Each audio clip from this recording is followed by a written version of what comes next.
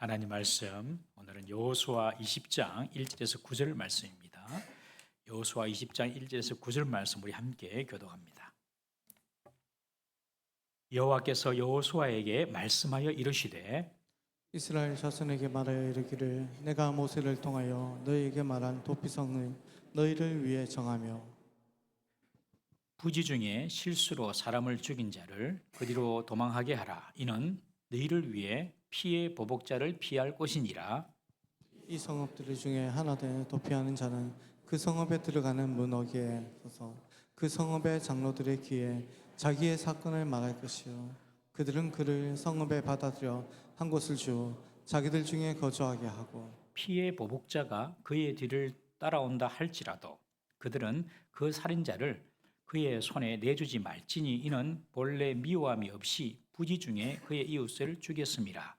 그 살인자는 회중 앞에 서서 재판을 받기까지 또는 그 당시 대제사장이 죽기까지 그 성읍에 거주하다가 그 후에 그 살인자는 그 성읍을 곧 자기가 도망하여 나온 자기의 성읍 자기 집으로 돌아갈지나 하라 하시니라.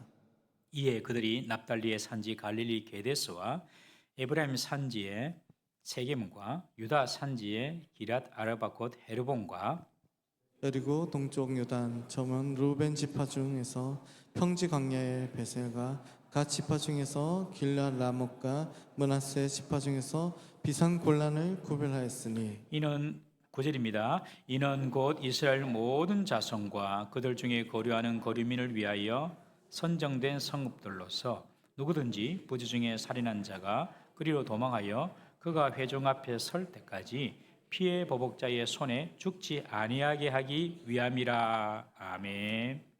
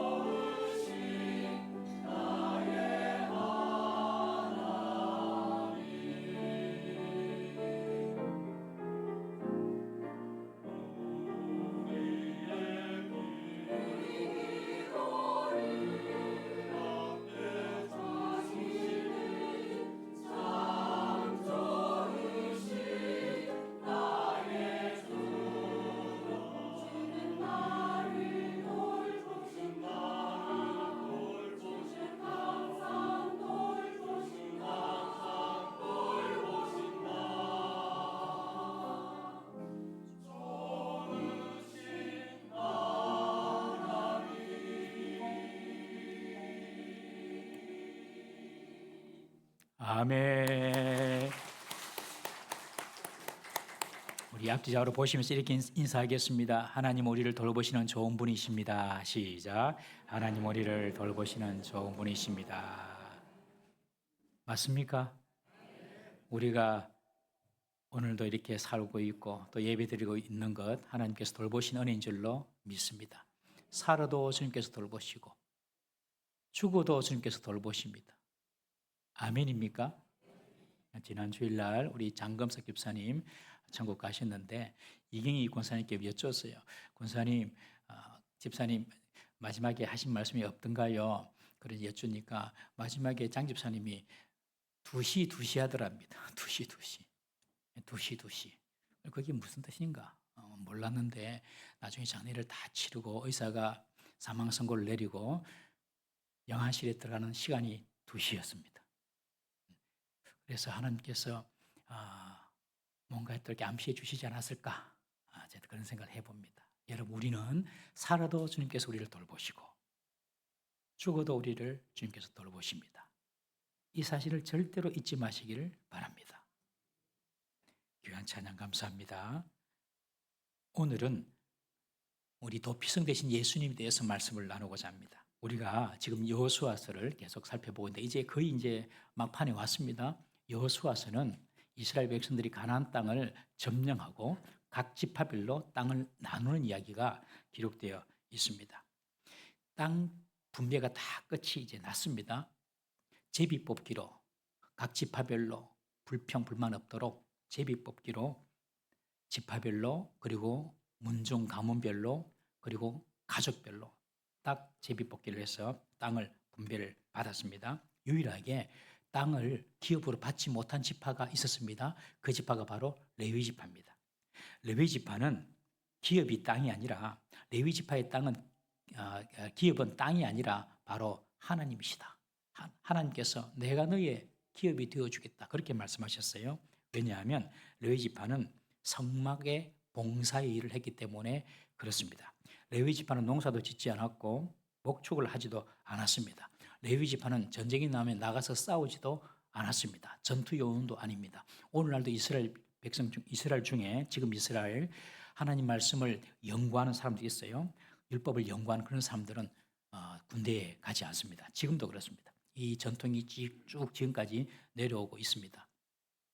레위 지파는 땅을 기업으로 받은 것이 아니라 하나님의 일을 하는 사람으로 선정이 되어서 성막에서 봉사를 합니다. 그래서 레위 지파에게는 그들이 살 수 있는 성읍을 이렇게 주었고 그리고 목축을 먹고 사는 목축이죠. 집에서 기르는 그런 가축을 기를 수 있는 목초지를 주었고 그리고 제사를 드릴 때에 제물의 일부를 양식으로 공급을 해 주었습니다.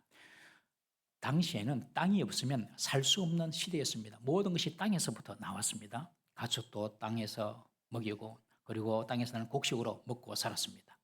땅이 없으면 살 수 없는 그 시대에 하나님은 레위 지파에게 땅이 아니라 자신을 기업으로 주심으로 하나님이 기업인 사람은 내가 책임지고 살리시겠다. 이것을 말씀해 주십니다.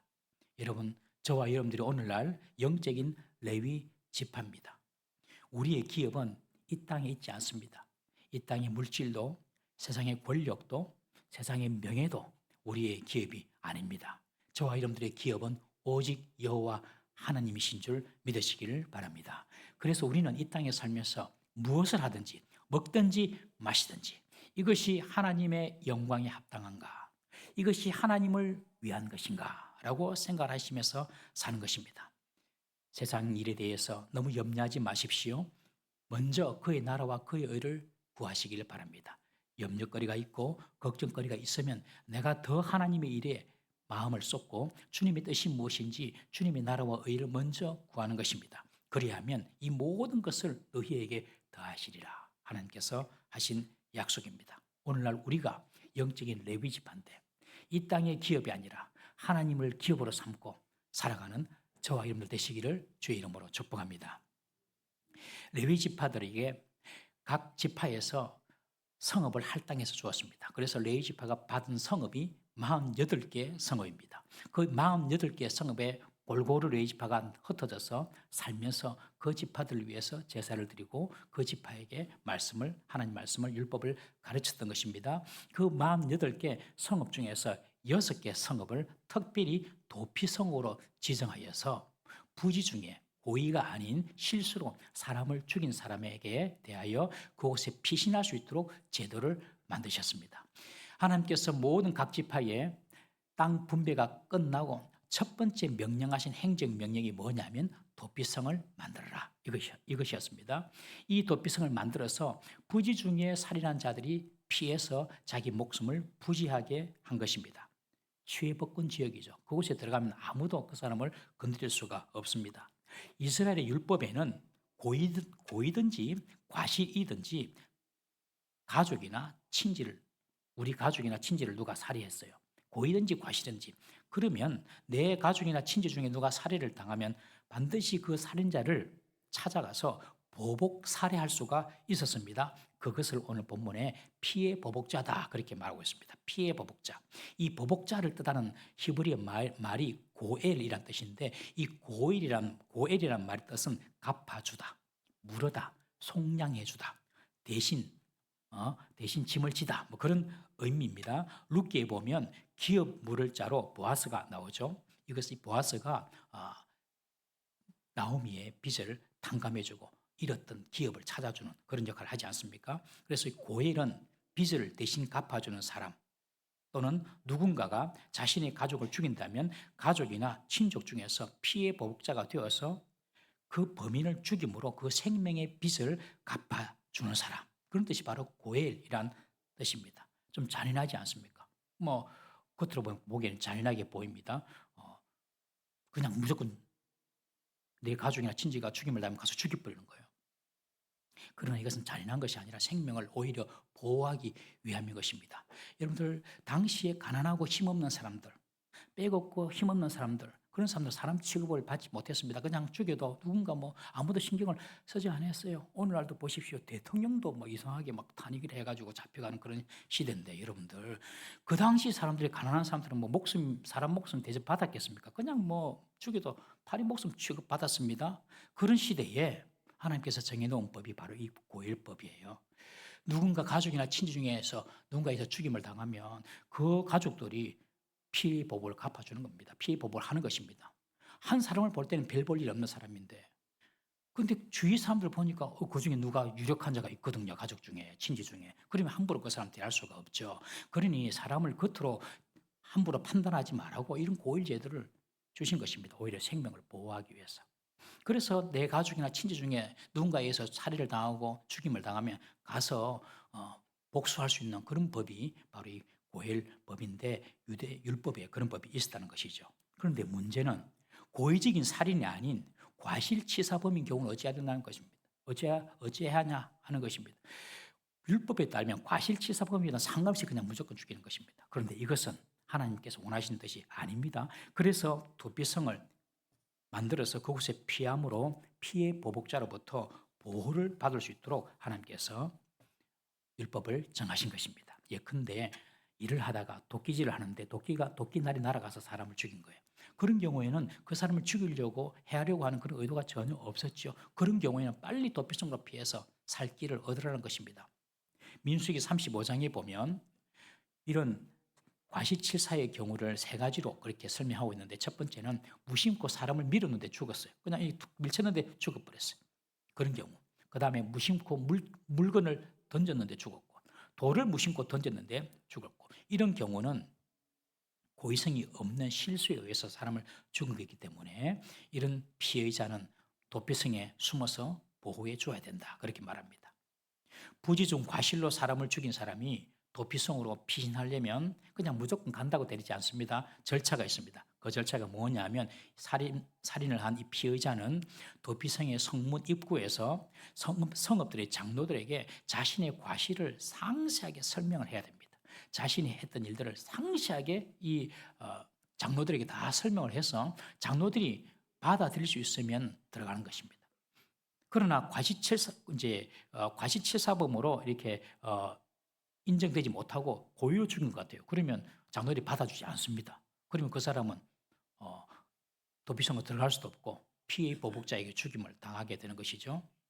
과실치사범으로 인정이 되어서 도피성 안으로 일단 들어가게 되면 장로들은 그 사람이 살 수 있는 거처를 마련해 줍니다. 그러나 도피성이 그렇게 들어갔다고 해서 다 끝이 난 것이 아닙니다. 나중에 피해 보복자가 돌아왔을 때에 그 피해자는 내어줄 수는 없지만은 재판을 합니다.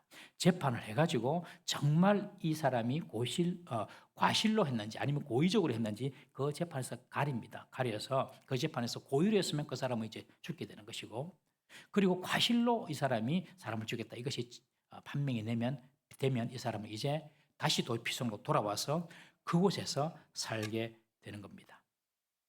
그렇지만 비록 죽임은 면했지만 과실치사로 생명을 해한 책임이 있기 때문에 거기에 대해서는 자유로울 수 없습니다. 그래서 도피성으로 돌아온 그 피의자는, 그 살인자는 대제사장이 죽을 때까지 그 도피성에서 그냥 속박당한 채로 마치 연금과 같이 그냥 이렇게 거기서 지내야 됩니다. 밖으로 나올 수가 없어요. 그 도피성의 대제사장이 죽은 후에만 나올 수가 있습니다. 그 대피성에서 대제사장이 죽지도 않았는데 깝깝하다고 답답하다고 이 성에만 사는 것이 너무 답답하다고 나왔어요. 나왔다가 혹시 피해 보복자에게 발각이 돼서 죽임을 당하면 거기에서는 죄를 물을 수가 없는 것입니다. 딱 도피성에만 안에 있어야 되는 거예요. 대제사장이 죽을 때까지. 여러분, 도피성은 이 요단강 서편의 3개, 동편의 3개, 그렇게 총 6개 정해졌는데 대체로 산지에 다 정해졌습니다. 요단강 서편은 다 산지에 다 정해져 있고, 요단강 동편에는 평지, 개활지, 멀리서도 볼 수 있는 그냥 탁 트인 곳. 그래서 이 도피성이 어디에 있는지 높은 산 위에 있으니까 보기가 쉽잖아요. 그리고 다 개활지에 있으니까 다 막힘이 없이 다 볼 수 있으니까 볼 수가 쉽잖아요. 그러니 어디든지 쉽게 사람들이 달려갈 수 있도록, 그리고 그 거리도 어느 집 하든지 한 하루길 정도로 정해가지고 잘 보이는 곳에 도피성을 정해 두었던 것입니다. 그래서 이스라엘 사람들은 혹시나 자기가 살면서 고의가 아닌 부지 중에 사람을 해칠 경우가 생길 수도 있으니 그런 경우에는 언제든지 내가 달려가야 할 곳이 저곳이다 생각을 하고 산 것입니다.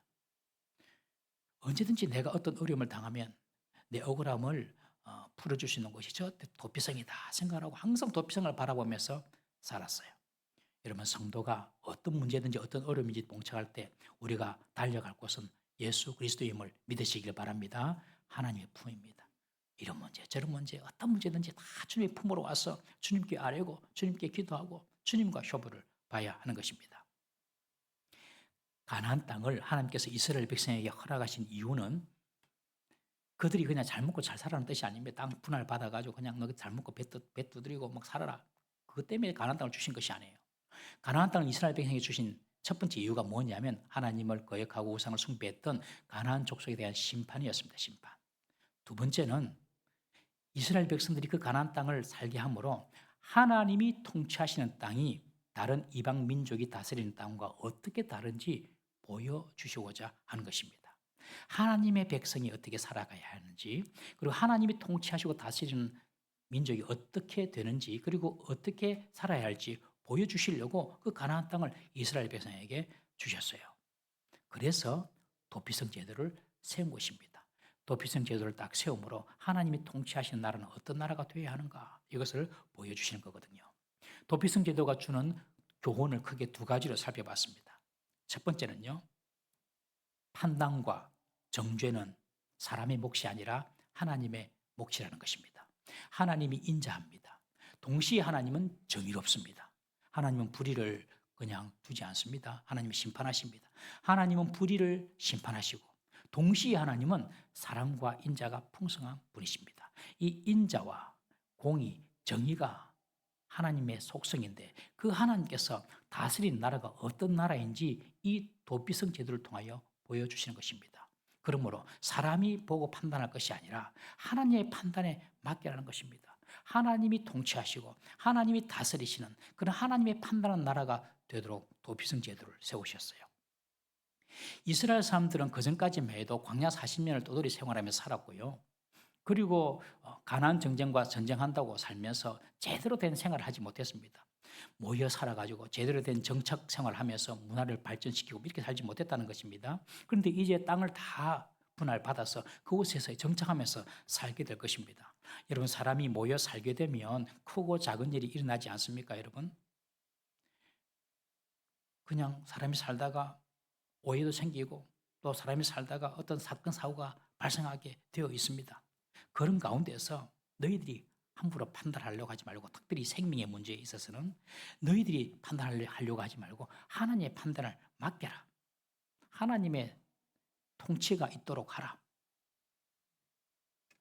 사람들이 보통 어려움을 당하고 또 주위에 또 가족들이 그런 어려움을 당하고 죽임을 당하면 어떤 생각이 들겠습니까? 내 가족을, 내 친척을 하면서 분노를 내기 쉽지 않습니까, 여러분? 그리고 그냥 내 가족이 죽었고 내 친척이 상했으면 그냥 돌아가서 그냥 죽여버립니다. 눈에는 눈, 이에는 이거든요. 그런 상황인데, 물론 계획적인 살인과 의도적인 범죄는 용서받을 수 없지만, 그러나 겉으로 보기에는 살인 같지만, 겉으로는 사람이 죽었지만 그 속에는 우리가 인지하지 못하고 예측하지 못하는 상황이 존재할 수가 있다는 것입니다. 그러니 그런 중요한 생명의 문제는 너희들이 판단하지 말고, 너희들의 혈기나 너희들의 분노로 판단하지 말고 하나님께 맡기라는 것이죠. 그것이 또 비성제도의 첫 번째 중요한 목적입니다. 그래서 하나님이 통치하신 나라가 되도록. 제가 자주 말씀을 드렸는데, 제가 처음 당하는 경험이라서 군대의 군목으로 설교를 딱 하는데 50% 이상이 다 엎드려서 자는 거예요. 그래, 나중에 우리 군정비원들한테 야, 예배 시간에 저렇게 졸아서 되겠나? 돌아가면서 깨배라. 그러니 목사님, 깨배면 안 됩니다. 저희들 지난 밤에 밤새 근무하면서 온 친구들입니다. 피곤해서 자는 겁니다. 제가 그 말을 듣고 얼마나 부끄러웠는지 몰랐어요. 군인들 그때 이해를 못했거든요. 그 다음 역시 예배를 드리는데 또 다 엎어서 자는 거예요. 얼마나 사랑스럽던지. 오히려 귀엽고 고맙더라고요. 안 오고 그냥 내 말에서 할 수도 있죠. 또 딴짓 할 수도 있죠. 그래도 교회 와서 자는 거예요. 사람에 대한 이해가 없었어요. 군인에 대한 이해가 없었어요. 제가 부끄러웠습니다. 목사 시절에도 어떤 성도가 설교를 하는데 자꾸 사탕을 까먹더라고요. 사탕 부시락부시락 소리를 내면서 부시락부시락 사탕 까먹고 말을 해야 되겠는데 동료 목사한테 물어봐서 왜 저분은 자꾸 사탕을 까먹습니까? 저분은 당뇨 환자인데 당이 떨어지면 안 된다. 그래서 설교 들으면서 당 보충하려고 먹는다. 제가 참 부끄럽더라고요. 사람에 대한 이해가 없는 것이 얼마나 부끄러운지. 어떤 성도는 전립선에 문제가 있어가지고 1시간을 제대로 앉아있지 못해. 가능한 제가 설교를 1시간에 딱 마치려 하거든요. 진짜입니다. 오늘도 그래 할 겁니다. 우리 어르신들은 사실 앉아있기 힘들어요. 이 엉덩이 살이 없어가지고 우리 교회 방석이 좀 쿠션이 좀 약하거든요. 앉아있기 힘들더라고요. 그래서 설교를 빨리 마쳐야 되겠다. 이 생각을 계속 하고 있는데 잘 안 됩니다. 근데 어쨌든 어떤 분들은 그래, 아침 밥 안 먹는 것은 당연한 거고 물 한 모금도 안 마시고 온대요. 예배 시간에 전립선 문제 때문에 또 왔다 갔다 할까 봐. 그런 사람 보고 뭐라 하면 안 되죠. 아이들을 데리고 교회 오는 엄마들이 계세요. 젊은 엄마들이. 아이들 보챈다고 눈치 주고 이러면 교회 안 옵니다, 여러분. 절대 안 옵니다. 얼마나 귀합니까? 아이들 데리고 예배 드리는 자체가 얼마나 귀합니까? 작년에 미국에서 예배를 드리는데 그 아이들과 부모가 다 같이 예배를 드리는데요. 어른들은 다 우리 교회 규모예요. 한 300명 되는 교회 규모인데 다 예배를 드리는데 뒤에서는 아이들 예배를 드리는데 떠들고 찢고 뽑고 저기 장난치고 아이들은 똑같더라고요. 미국 아들이나 우리 아들이나. 그런데 전혀 개입을 안 해요. 어른들이. 눈치 한 번 안 줘요. 쳐다보지도 않아요. 그냥 다 집중하고 아이들이 놀면서 그런 어른들을 보는 거예요. 야, 참 역시 성숙하다. 우리 교회 성도가 젊었을 때에 믿지 않는 집에 시집을 가가지고 교회는 가야 되겠는데 교회 나가는 것이 눈치 보이고 집안에 사람들한테 남편에게 눈치 보이고 그래가지고 설거지를 막 하다가 설거지를 빨리 해놓고 설거지한 옷 그대로 교회 와서 예배드리는 거예요. 옷 입고 챙기고 이러면 내가 하나 교회 가나 이럴까 싶어가지고 설거지 막 하다가 옷 팍 들고 설거지 찌꺼기 먹고 김치국 먹고 이러고 해가지고 교회도 사람들이 눈치를 좀 주더라는 거예요. 앞으로 옷이 젖어서 오면 설거지하고 왔는갑다 이렇게 딱 생각하셔야 됩니다. 사람에 대한 우리가 이해가 있어야 됩니다. 이게 없으니까 이 얕은 사람이 되는 거예요. 얕은 사람이. 여러분 우리는 다 모릅니다. 절대로 알 수가 없어요. 그 사람을. 옛날에는 예배 시간 음수가 칼이었습니다. 딱 예배 시간에 문 딱 닫아버리고 너는 못 들어와. 너는 지옥에 들어갈 존재야 이러면서 천국문 닫혔다. 딱 닫아보고. 옛날에는 그랬습니다. 여러분. 왜 늦게 되었는지 어떤 경위로 늦게 되었는지 이해하려고 하는 그런 마음이나 여유가 없습니다. 그러나 하나님은 다 아시거든요. 우리가 판단하면 안 됩니다. 여러분. 지난주 화요일 부산 김해공항에서 가까운 우리 부산 아닙니까? 에어 부산 비행기가 화재로 반소가 되었습니다. 전쟁이 다 타버렸어요. 여러분. 반이 타버렸어요. 여러분. 혹시 거기에 있었던 사람 있습니까? 저는 부산에서 일어났으니까 더 마음이 덜컹한 거예요. 덜컹. 아무 소리도 안 들리는 것이 저는 너무너무 좋아요. 아무 소리도 제게 안 들렸으면 좋겠어요. 혹시 우리 성도들이 혹시 있었나 이런 생각이 들더라고요. 부산이니까. 그런데 원인은 조사 중에 있지만은 이 비행기가 저녁 9시 55분에 출발해가지고 홍콩에 가는 비행기였습니다. 에어부산. 그런데 그날 워낙 비행기가 많이 뜬다고 해가지고 20분이 지연됐다는 거예요.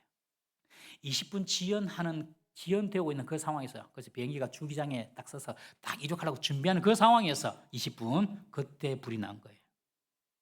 만약에 제시간에 붕 떠가지고 공중에서 불났으면 대참사가 일어났습니다. 무한처럼. 얼마나 끔찍합니까 여러분. 그런데 아내 방송이 20분 지연됩니다라고 이야기할 때 분명히 그 비행기 안에서는 또 지연이가 하면서 불평했던 사람이 있었을까요? 없었을까요? 저도 한 번씩 그래 하거든요. 분명히 있었을 거예요. 분명히. 또 지연이가 우리나라 이 360아이가 이러면서 이럴 수도 있었어요. 그것 때문에 살았는데. 그것 때문에 살았어요. 사람은요 모르는 것이 너무 많습니다. 옆에 분이가 인사할까요? 우리는 모르는 게 너무 많습니다. 시작.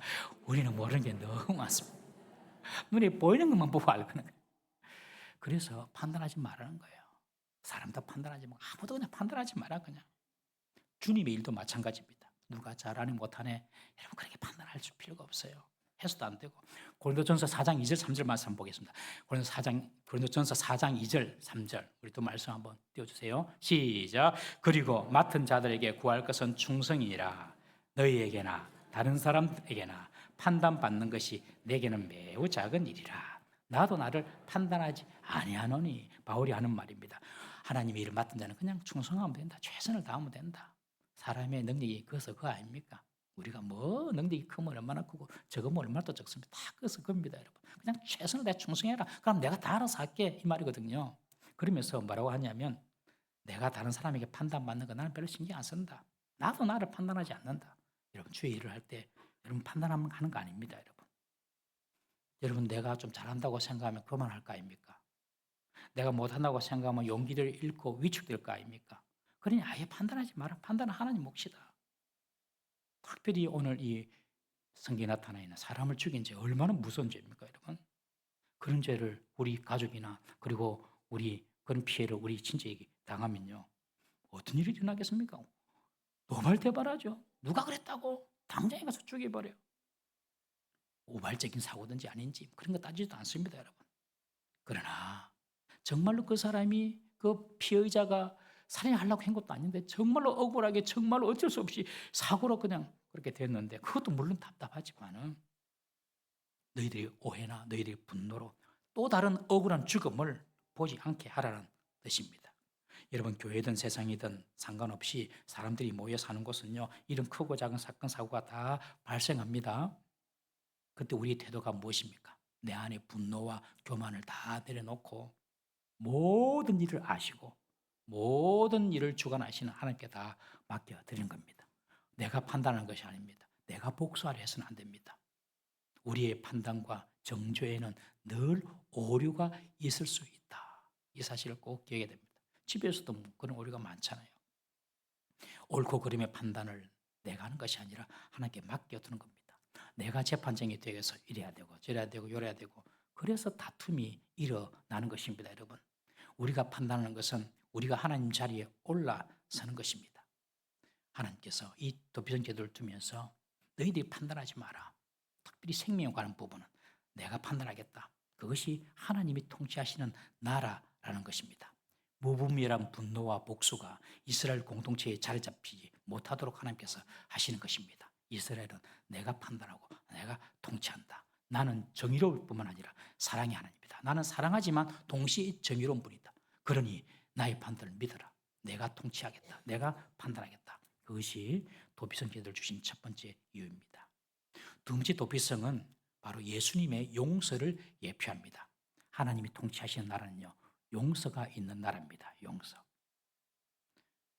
부지 중에 고의가 아닌 실수로 인한 살인은 용서해야 한다는 것입니다. 당시는 고의든지 부지 중이든지 살인죄 무조건 살인한다 그랬죠. 눈에는 눈, 이에는 입니다. 그러나 부지 중에 사람을 해한 자는 그 사람의 생명은 보호받아야 하는 것입니다. 그래서 그 사람에 대한 용서입니다. 실수하고 잘못한 것에 대해서 용서해주는 그런 나라가 하나님의 나라입니다. 모세 율법이 정한 도피성은 부지 중에 살인한 자만 보호받을 수 있지만 우리의 영원한 도피성 대신 예수님은 우리의 모든 죄를 용서해 주십니다. 이 사실을 믿으십시오. 우리의 모든 죄를 용서해. 내가 용서할 수 없는 내 죄가 있습니다. 그것도 주님은 용서해 주십니다. 대제사장이 그 도피성에서 죽으면 이제 그 피의자는 자유의 몸을 얻게 되는 것입니다. 마찬가지로 예수님께서 우리 죄를 대신하여 십자가에 죽으셨으므로 예수님은 우리 모든 죄의 마침표가 된다는 사실을 믿으십시오. 이게 너무너무 중요한 사실인데 우리가 잘 체감을 못하니까 잘 못 믿는데 이걸 믿으셔야 됩니다. 우리가 어떠한 죄를 지었더라도 예수님께서 내 죄를 위하여 십자가에 죽으시고 예수님께서 내 모든 죄값을 담당하시고 십자가를 지셨다. 여러분, 이것이 복음입니다. 복음. 누가 우리를 위해서 죽었다고 이야기합니까, 여러분?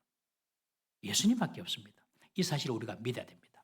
그러나 살인자가 도피성을 떠나면 피해 복수자에게 죽을 수 있었던 것처럼 예수님을 떠나는 순간 우리의 구원은 잃어버립니다, 여러분. 예수님 밖에는 절대 구원이 없습니다. 그래서 여러분, 예수님을 너무 멀리 두고 떨어져 살아서는 안 됩니다. 늘 예수님 품 안에 우리가 살아야 할 줄로 믿습니다. 예수님의 십자가의 죽으심의 공로로 우리가 용서받고 자유하게 되는 것은 인종이나 신분이나 나이나 세상의 자격, 스펙 따지지 않습니다. 누구든지 예수 그리스도를 믿으면 다 용서받고 죄로부터 자유하게 되는 것입니다. 단, 조건이 있습니다. 도피성에 들어가려면 모든 피의자는 자신의 죄를 도피성의 장로들에게 낱낱이 고해야 했습니다. 다 고해야. 그래서 장로들이 판단하고 도피성을 드립니다.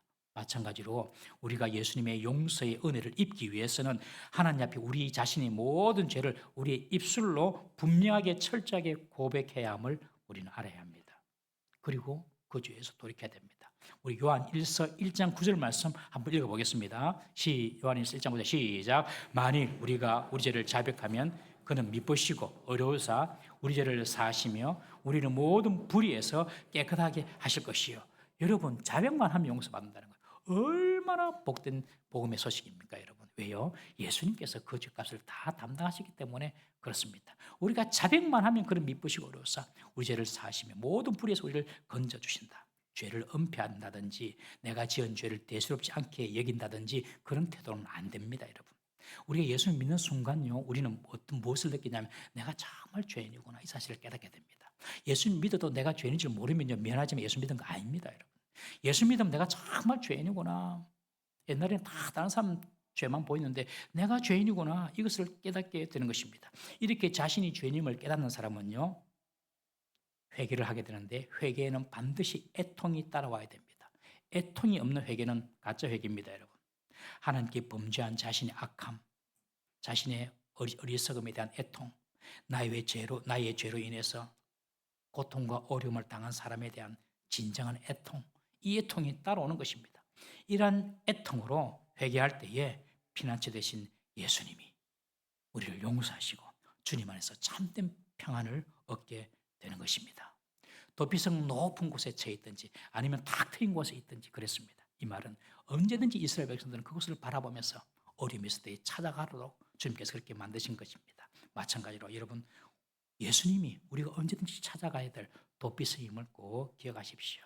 예수님이 나의 피할 바위고 예수님이 나의 피난처입니다. 늘 주님을 바라보고 신앙생활 해야 됩니다. 그리고 주님이 우리의 도피성이 되어 주셔서 우리를 용서해 주신 것처럼 우리 교회가 그런 도피성이 되는 교회가 되어야 될 줄로 믿습니다. 교회 안에 있는 성도들의 허물들 덜추고 비난하고 소문내고 막 이렇게 정말로 그건 마귀짓입니다. 마귀짓. 사랑은 허물을 덮고 위에서 기도해주고 인내하고 기다려주는 것. 여러분 그것이 도피성의 사명을 감당하는 교회인 줄로 믿습니다. 가정도 마찬가지입니다. 가정이 도피성이 돼야 됩니다. 아내의 부족함, 남편의 부족함, 자녀의 부족함, 또 부모의 부족함을 용서해 주는 것이 교회가 그리고 가정이 돼야 할 줄로 믿습니다. 교회도 가정도 도피성이 돼야 되고 우리 스스로도 도피성이 돼야 됩니다. 누군가에게 기댈 수 있는 그런 언덕이 될 수 있는 사람, 누군가에게 용서를 베풀 수 있는 그런 사람, 여러분 그런 사람이 도피성다운 주님의 성도인 줄로 믿습니다. 진정한 회개가 있다면 여러분 용서하고 품어주는 그런 교회, 그런 가정, 그런 우리 자신이 될 수 있기를 주의 이름으로 축복합니다. 다 같이 한번 기도하시겠습니다. 우리 이렇게 한번 기도합니다. 주님, 내가 내 얇은 지식으로 판단하고 눈에 보이는 것으로 정죄하지 않았습니까? 이제 모든 판단과 모든 정죄는 다 내려놓고 주님께 다 맡겨놓고 주님의 정의, 주님의 공의가 일하도록 그리고 주님의 사랑이 주님의 인자가 일하도록 주님께 맡기는 삶을 살게 해주십시오. 내 분노 혈기로 일하지 않도록 도우시고 하나님이 통치하시는 그런 하나님의 나라가 내 마음에 또 우리 가운데 이루어지게 해주십시오. 한번 기도하시면서 동시에 우리 교회가 이런 도피성 같은 교회가 되고 우리 가정이 도피성 같은 가정이 되고 우리 자신이 예수님을 닮은 도피성 같은 사람 될 수 있도록 용서와 화해의 그런 사람 될 수 있도록 다 같이 한번 주여 한번 부르짖고 통성을 한번 기도하시겠습니다. 주여